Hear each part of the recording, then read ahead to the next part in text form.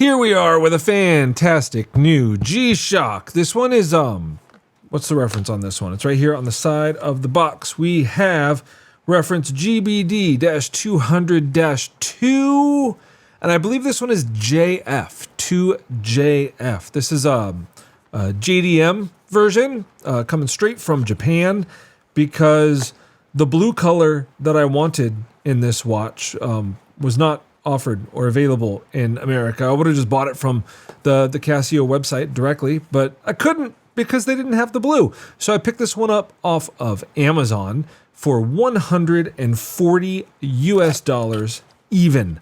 Toss in some tax. I think it was like $150, free shipping. If you've opened a G-Shock before, then you're familiar with all this. But for the people that haven't, you got your international warranty card. I'm not going to take this out of the plastic. There's a little bit of a booklet in there for you, kind of a quick start guide, so to speak, as well as a load of other paperwork. This unfolds and tells you everything you need to know about module number 3506, which is in this bad boy. And let's go ahead and actually get to the nitty gritty, because that's what we all want to see. We all want to get into the tin. If you keep these around, let me know what you keep in them. I always feel bad for throwing these things away because they're cool little tins and you can keep little bits and pieces of things in. But I don't. Do you? Maybe you do. We got a little bit of a spec sheet on the actual case. So you can see there it's a G-Shock since 1983, year after I was born. You do the math. Shock resist, water resist 20 bars. So we got 200 good old meters of water resistance on this one. Let's see what she looks like. Easier said than done, huh? All right. And we remove our foam to unveil another piece of foam. Kidding me? I guess it is. All right. Here we go. That's the foam from inside the watch. We're all nice and plastic wrapped. Do we need this stuff anymore? Probably not. We got a hang tag here. Thank you guys for keeping the hang tag on there just in case anybody wants. Oh, this is actually GBD-200-2ER, which is interesting. So ER, I think this is the European version, not the Japanese version, even though the box said it was sent from Japan and the Amazon listing said that the reference was -2JF. I doubt they're any different. That's just an interesting thing to me. Let's go ahead and get this thing out of the plastic and see what we're looking at. I can already tell you that I really like the blue color on this, and that is one legible G-Shock display. How pretty is that? The answer is very pretty indeed. Even at a nice viewing angle there, you can still see it's 10:35. It's actually 12:35 where I am, so we're gonna have to set this. But the date seems to be right, so that's nice. This is a really pretty watch. I'm a big fan. I'm a fan already. We got some little hits of. It's more of a in person. I guess is that a red or an orange? It's like halfway between a red and a burnt orange. Which is kind of cool. That's interesting. It gives an interesting look. Yes, Casio G-Shock. I have not done any research or reading up on this module. I'm completely unprepared for this. This is not going to be in any way a walkthrough of the functions and things on this watch because I don't know what the heck it does. I mean, I know a few of the things that it does. But I don't know all of the things that it does. So what do you say we go 90s video game style and start doing some button mashing? So up at the top left here, we have a display pusher. Can I just say that the square pushers on this, rectangular pushers on this, are very cool. I like the little attention to details here. This is quite thin. We will do some measurements a little bit later, but the little gray kind of line, blip, so to speak, in here to match with the buttons is nice. That button looks like it's actually a little bit crooked. Got some QC stuff going on there. A little crooked button. Looks like we can just kind of massage that back into place. I guess they are floating in there just a little bit, which is, it's okay as long as they work when you push it. And then over here, we have the one red, burnty, orangey, reddish type of thing. On the back, we have our nice case back with these black, I guess, strap attachment pieces. That's what we'll call them. We'll call them strap attachment pieces. This is a really supple band. A lot of the G-Shocks tend to be pretty rigid and stiff sometimes. This is not that. And with that many holes, you are going to get a nice fit on this. I find it very hard to believe that you're not going to get a nice fit on this. And they actually continued those holes onto the other side of the band just for kind of matchy purposes, which is nice. Nice attention to detail there. For the 140, here, let me wipe this off a little bit. $140, $150 price tag. It's $150 retail, $140 on Amazon. I think you're getting a decent bit of watch here, especially with the 200 meters water resistant. And man, the way that display lights up, that is the most legible negative display I've ever seen on a Casio watch. Even when it's catching a ton of the glare from my key light there, you can still read the time, which is a lot more than you can say about a whole lot of other Casios and G-Shocks.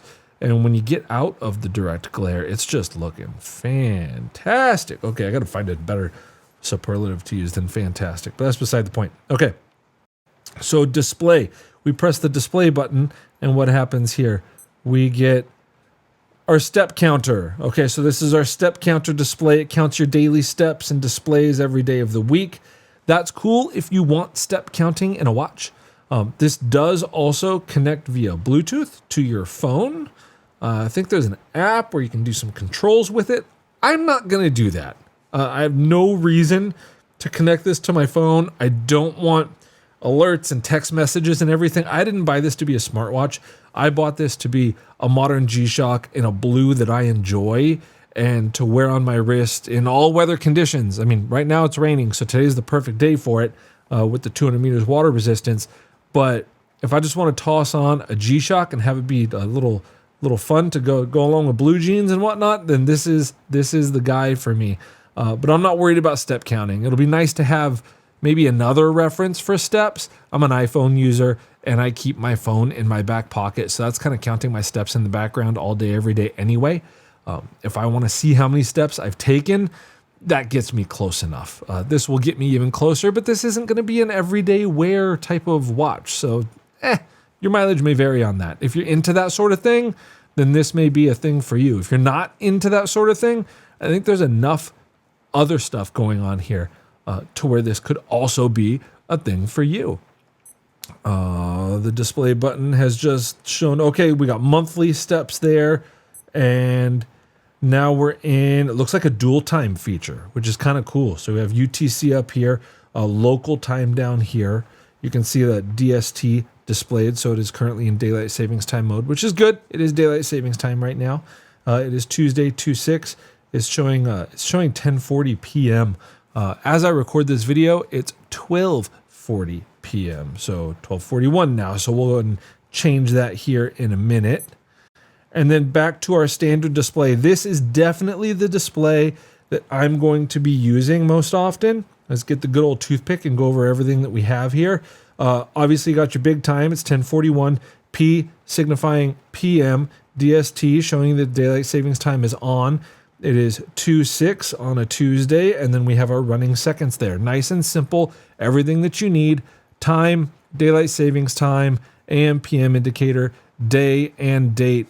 And this is a large digital screen here. That's just really nice. I'm kind of fawning over it. I believe they call it a MIP display, which stands for memory in pixel. I guess each pixel that makes up the lighter parts that are lighting up on this display have a bit of memory built into them. So they just kind of stay there, nice and bright, without having to receive constant data from the module until it's time for that pixel to change, which translates into a bright and easy to read display with better battery life. So MIP, memory in pixel, means better battery life. Let's do this start button. What's going to happen when we hit this start button? I'm not sure. Let us experiment. Okay, so split time. We have distance, pace. Okay, it looks like we're like starting a run or starting a jog. Now that I see, if we move up close, it does say run there, right next to the start button. So yep, that's to start the run, which is cool.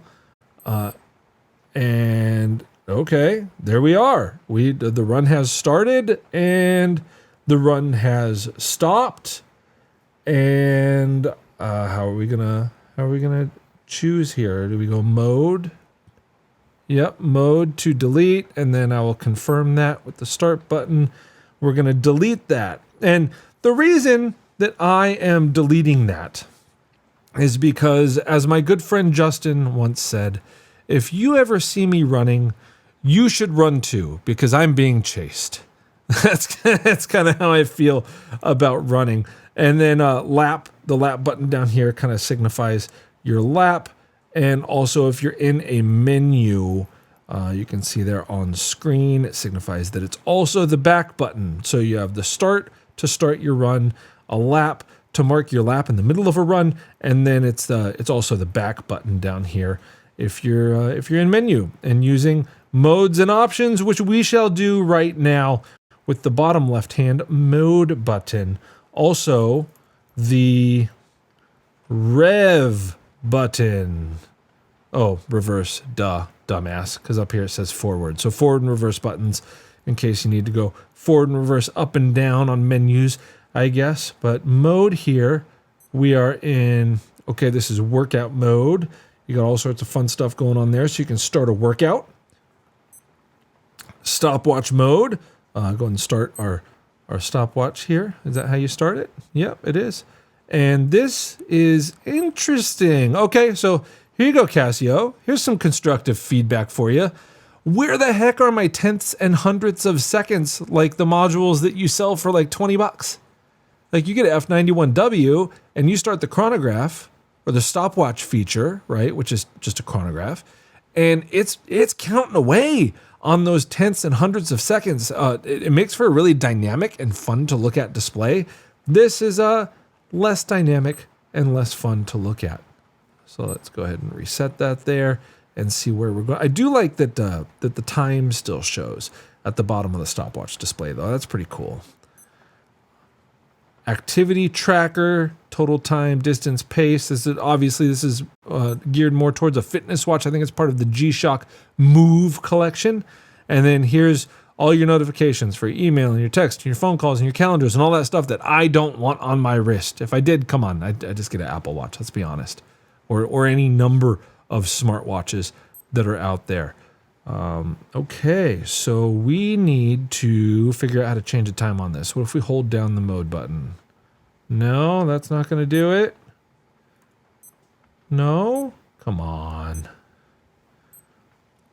Well, it seems that I'm going to have to pause the video here and figure out how to change the darn time on this. So for you, one quick jump cut and I'll be back. And we're back. So it seems that in timekeeping mode, just like this, you have to hold down this top left button for 2 seconds and it should kick you into home time settings. So there we go. So now we're in our home time, and then our navigation buttons are up and down and select. So I'm going to select my home time and set it for a city. And now I'm on the west coast of the United States. I'm in California. So I'm going to come down to what I assume is going to be Los Angeles. And it seems that I could have gone the other direction and it would have been a little bit quicker, but you can see all the different stuff you have to choose from. So here we go, Los Angeles. Now I select Los Angeles and my time setting is completed. Fantastic. Now we'll go back. And now I'm going to come down to world time because you can set that second time zone, right? So we're going to set a city here. And I have clients and calls commonly with people on the eastern side of the United States. So I'm going to go with the Eastern time zone here. We'll start clicking from the other direction till we get to New York. And now we're going to set that. So we're good there. And then we'll back out. And then you can see this also lets you get into the alarm, your profile, your beep, your light. What do we got? We got auto light. Okay, auto light. I don't know if I want it auto. Do I want it auto? Let's see what auto light does. That's fun. And then let's see if we can control our duration here. I definitely want it at 3 seconds because my son likes playing with the buttons on these things and he likes to make the watch light up. So that's fun. We'll see how that auto light is in use. Vibration, I guess there's some tactile feedback there. I'm probably going to leave the vibrations off on this because first off, I don't need them. And second off, I can only imagine that leaving the vibration off is going to lengthen the battery life on this, right? Just logically, that kind of seems okay for me. We got pairing, we got airplane mode. It's a lot of stuff that you're going to use when it's connected to the Bluetooth, right? Not my use case for that. Time adjust. What is time adjust? Is that just a standard? Oh, okay. So this tells you how you want time to be adjusted. That's interesting. Well, I'm not connecting it to Bluetooth, so we'll just go with 12, 24-hour Bluetooth. Not available. Good. We don't want the Bluetooth available. That's perfect. Manual. Oh, okay. So that's just a manual time adjust. So if you want to adjust the time without picking a city or a time zone, then you use that manual time adjustment. I just want to return. I just want it to go away. Actually, no. That was returned to the menu. Yeah, fine. 7 exit. I didn't make any changes. You can go ahead and save my non-changes. That's totally fine. And 12 and 24-hour modes here. Of course, you can set it if you want 12 or 24-hour mode. I am not an army brat, so I will be leaving this in 12-hour mode. All right, enough of the fancy pants, but you can see here, when we get into here, dual, oh, this is modes, not display. So when we get into display, our dual time zone feature now. So here I got New York on the top and LA on the bottom, just how I want it. So if I ever wanted this displaying dual time zones, there we are. Pretty nifty. I dig that. We're going to stick with maximum readability for now. And you know what? Let's get this on wrist. I have a gorilla size 8-inch wrist, and I'm looking forward to seeing how this looks on it. So let's get it on wrist, and then we'll do some measurements. And here we are. And may I just say that this looks absolutely fantastic on my 8-inch wrist. This can wear wonderfully on much smaller wrists than I possess. But on my wrist, I'm digging this. It's not super retro feeling. It's like a modern interpretation of an original, square G-Shock, which I like. I like this. I like everything that's going on here. Here's the light, so you can kind of see. Is it showing up on camera? Yeah, a little bit. There you go. Press that button there on front, and we got nice big bold light. I can shield it from my key light a little bit, so you can see. Yeah, it lights up nicely. So maximum readability in day and at night.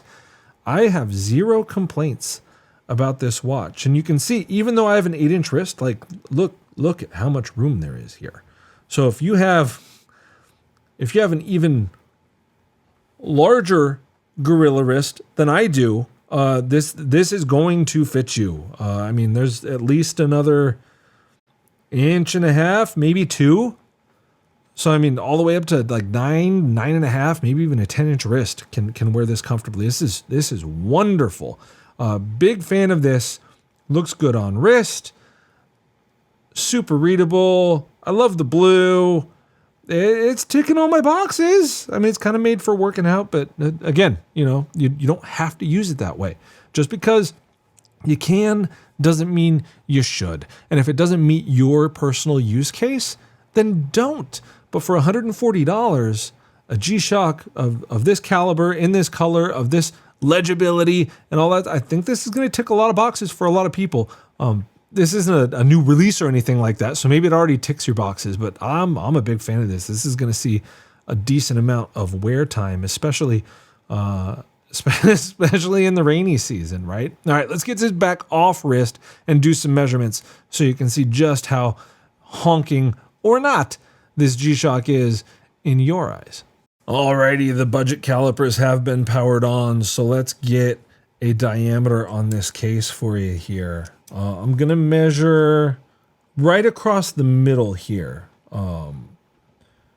These I don't know, these aren't lugs, they're not really crown guards, they're just kind of features. Let's do a couple different measurements here. So across the middle, right, we are at 44.5, bang on 44.5 millimeters. Across those guards, I'm not really sure what they're guarding because they're not guarding much. That adds on an additional about a millimeter, a little bit more. So we're about 44.5 to 45.5 across the diameter, depending on how you look at that. Across the diagonal, we are at 44.5. But be careful when you do that because apparently it presses buttons for you when you measure across the diameter. So let's get back to our standard display that we like so much. There we go. Thickness. What's the thickness on it? I can tell you it's not a whole lot. That's a big selling point of this watch is it's going to wear pretty darn thin. Yeah, for everything that you get there, 13.42, but I can tell you on wrist, this does not feel like a 13.5 millimeter thick watch. This wears much more closely to something that's in the 12 range just because of the layout and the shape and everything else that goes into it. Again, static measurement is not always the be all end all of how a watch wears, right? And then you can see that the strap kind of pokes out a little bit, right? You got those, I guess, strap connectors, right? That are held in by screws. So when we go to that measurement, which would be an effective lug to lug, right? That's kind of how I look at this. So our effective lug to lug here is, there you go, 57.74, 57 3/4. So it is a bigger boy, but it's also a G-Shock and it's also a fitness watch. So a lot of that size stuff is going to be, it's going to be a bit of a non-issue for the vast majority of people. Even if you have a smaller wrist, it's a G-Shock. They're supposed to wear a little bit bigger. And it's so light. Like I don't know the weight on this thing, but it's next to nothing. It feels like you're wearing a glorified piece of plastic on your wrist. Wouldn't you know? That's kind of what it is. Let's get out of the top down and go over some final thoughts on this thing. So what are our thoughts about the Casio GBD-200 Blue -2-JF-EU DC, whatever the heck. Thought I bought one reference, but it came with a tag from another. Who knows? Was this the European model? Was this the Japanese model? I'm not sure. You tell me. It probably doesn't matter because the time reads the same. All that stuff aside, I love this thing. It's going to get some wear. It's going to get some wrist time for sure. It's super readable. You can actually kind of read it, right? Maybe not. There we go. Got to angle it right. You know, the camera lens isn't doing it many favors. If we hit the light, then that's a little bit more readable. There we go. There we go. Only upside down. You can't read it the right way. I have a circular polarizing filter on the end of this lens right now, which is probably causing some light refraction issues when it comes to readability on this. Helps in many cases, hurts in some, but you know the pros outweigh the cons with the stuff that I do for this thing. Regardless, great watch, great color.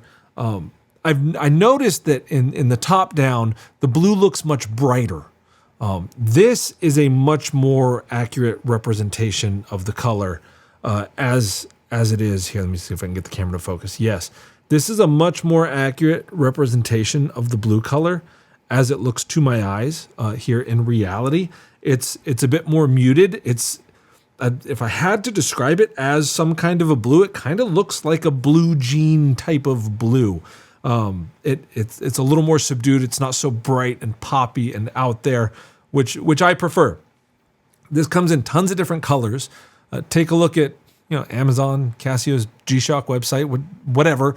Search for it, look at it, get your favorite color. Because if you thought to yourself, I kind of want a refreshed, more modern take on the classic G-Shock. I don't want that retro throwback. I want something that's going to bring me into the 2020s via a G-Shock. This is the watch for you, and there's going to be a color for you in this model. They do a really good job of that stuff. And that's even if you're not using any of the smartwatch Bluetooth connectivity type of features that it offers.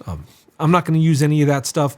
I have heard in other reviews that there is no difference in notification depending on the type of notification you're getting. So you can't program this to only receive text notifications or only receive phone call notifications. It's all notifications or no notifications. And if you're like me and your inbox it gets flooded in your email every day with a bunch of spam and stuff that you don't want to see, and text messages from Lord knows where, and spam phone calls, phishing attempts, like all of that stuff. If you connect this up for notifications, you're going to get notified of every single one of those, and your wrist is going to be going crazy. So I wouldn't recommend that if that's not a problem for you, which most of you, come on, let's be honest, it probably is. But if it's not a problem for you, then hey, hook it up. Do the notifications. It'll keep you in the loop if that's something that you want. Again, not for me, and that's okay. This watch does plenty for me. It gives me all those fantastic G-Shock features that you know and love, but in a more updated version with this MIP, this memory in pixel display. This is like if you could dream up the perfect negative display for a Casio, I think this would be it. Readability wise, this is where it's at. It's fantastic. And again, on my 8-inch wrist, I think this looks wonderful, and it's going to get a ton of wrist time. You let me know what you think. Let me know if you like the blue. Leave a comment. If you're just G-shocked that I could go on and on for 20, 25, almost 30 minutes now about a stinking $140 G-Shock, then leave that in the comments too. Honestly, I don't care. Just looking for a little bit of engagement. Every little bit helps. Thanks for watching. Hopefully this helped, entertained, or somewhere in between. We'll see you next time.